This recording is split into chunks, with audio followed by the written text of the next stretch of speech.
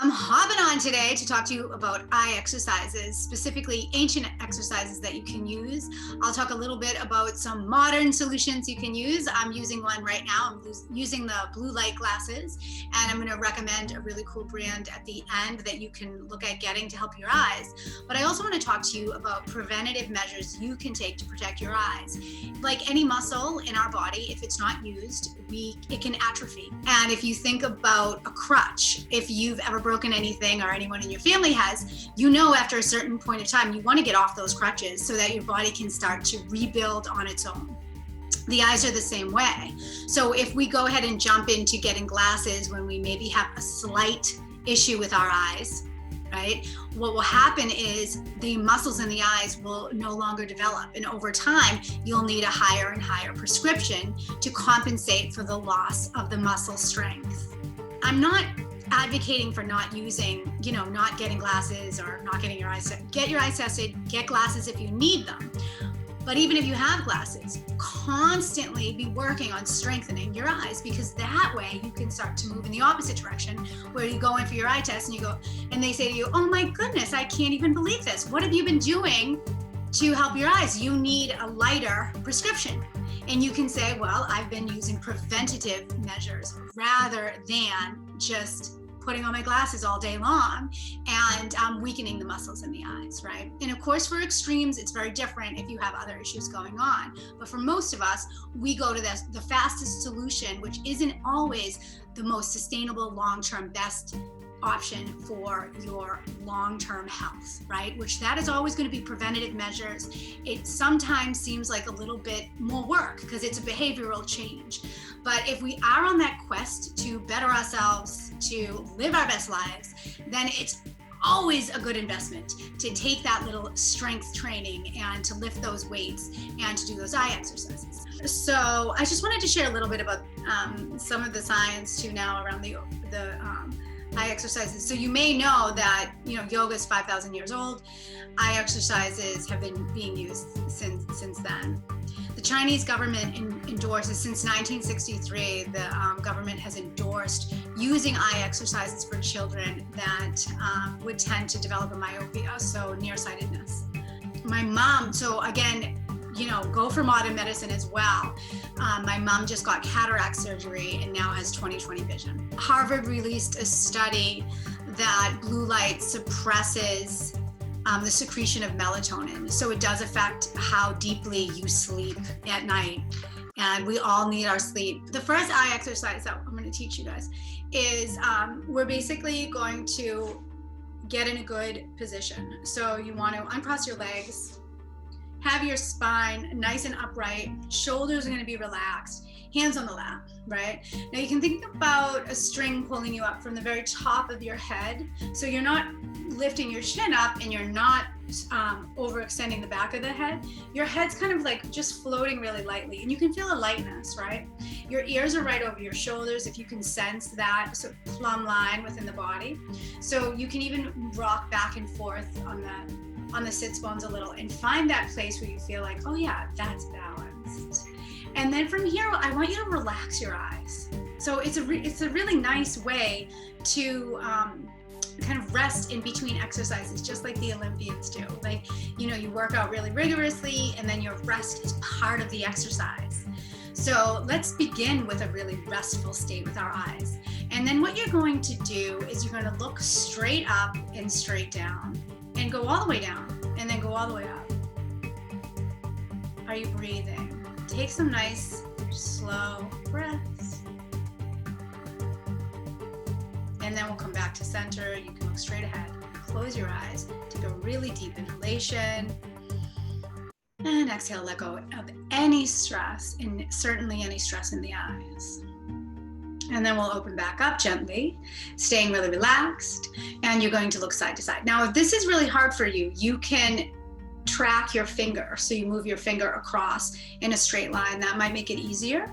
So let's start on your left. And you're just going to follow your finger or create a straight line straight across. And you want to go all the way to the edge, even if it might be a little uncomfortable, okay? And if this is your first time doing this, it might be less than comfortable. And that's okay, because we're working new muscles. We're waking them up. We're enlivening them. We're bringing blood to the area. Come back to center. Close your eyes. Take a deep inhalation. Slow exhalation, and let the eyes completely relax. See if you're holding any tension in the shoulders, in the legs, wherever it might be, and just let that go as well. And then we'll open back up. We're going to do circles. So let's see, I'm going to go clockwise. I'll go counterclockwise. So you're going to go clockwise. So you can bring your hand up if you want to. I'm not going to do the hand, but we're going to trace a big circle, just like you're tracing around on a clock, and you're going to be going clockwise. Okay. So Zoom might flip the screen. I can't remember, but just go from 12 o'clock to 1 o'clock, and you're just going to go around the clock. 2 and look. 3 o'clock, straight to the side. 4 o'clock. 5 o'clock. 6 o'clock. Check in with your breath. Are you taking breaths? 7 o'clock. 8 o'clock. 9 o'clock. 10 o'clock. 11. 12. Now see if you can make it a smooth movement all the way around. And we'll go again. Let's go one more time. And then we'll come together at the top. Bring your eyes to center, close. Nice deep inhalation. And let go. That one might have been a little more challenging. You might want to run back through this and go a little slower next time.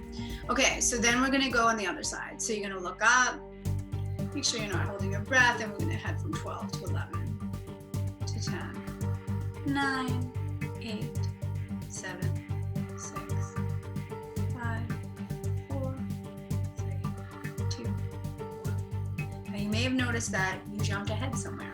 You might be seeing little sparkles. It might be sore in certain places. That's perfect. So now we're gonna do one smooth sweep, okay? So I want you to really tune in to places where your eye jumps ahead, and then go back, okay? We're gonna do 3 of these really smooth, trying to be smooth. So I just jumped over an area over here. This is a typical area where people jump. So I'm gonna go back, and I'm gonna go again right there, okay? Really making one smooth, fluid movement. I think we have one more to do, so we'll get to the top and do one last one. Beautiful. All right, you get to the top, bring it down to center, close the eyes. Now we're gonna bring our hands together, slap them and rub them really fast. You wanna generate some energy, some heat, and then bring the palms to the hands. And this is just called palming. You're blocking out all of the light. Let your eyes completely rest. And feel the soothing, healing energy of the palms going in and resting the eyes. Just checking in with your breath, that you're still breathing. Make sure the shoulders are relaxed. And then you can release.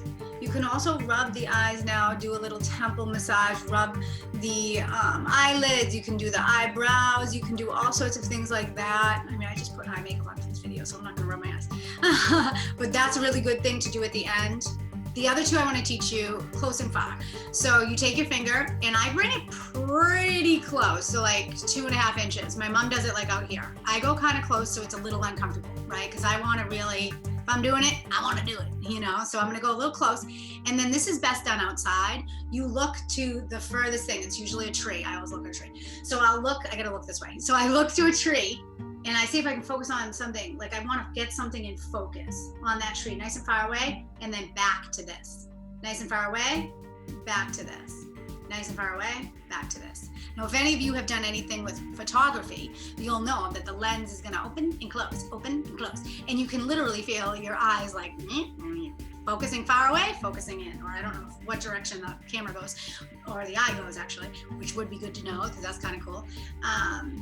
You're helping stretch that ability to do it fast, right? Because it's not a natural thing that we're doing all the time. So try that one, that's number 2. And then the third one is sun gazing. So sun gazing is a really cool ancient exercise. It was used back in Tibet, in ancient Egypt, and many of you have heard that staring at the sun can hurt your eyes. That is the case if the sun is high in the sky. But what we want to do is sun gazing upon the sun rising and when the sun is setting. So when the sun is in the horizon, you want to spend some time staring at the sun, and that will help strengthen the eye muscles as well. So NASA suggests to do this as of a few years ago. So it's just so amazing that things that are ancient, preventative, healing arts things are backed by NASA, Harvard, the Chinese government. It's so cool to have that validation, right? Where it's like, okay, so these could be seen as like old wives' tales, or, you know, just things that have been passed down. But no, they're actually helpful, because we didn't have modern medicine. And ideally, right? Just ideally, so don't take this out of context. Ideally, you don't have to use modern medicine that often, because you're investing in preventative exercises like eye exercises. So the other thing that I'm doing, obviously, is my blue light glasses. So these blue light glasses are really great. As you can see, you have a high reflection, more than if I had a prescription. I don't need prescription. I have 20/21 eyesight, but I do wear these because I'm on the computer a lot. Do I remember to wear them every time? No, I don't. Okay, that's the truth. But that's okay. I'm still doing good. It's the same with flossing. I miss a day here and there, but I get right back on, and I don't judge myself, because that takes away the energy toward the good stuff, right? I love this company. It's so cutie. Okay, so Caddis, Caddis, Caddis. And I'm looking at the Miklos reading glasses, and they do these readers that have no lens, and they're super cutie and stylish. So I really want a pair of those next.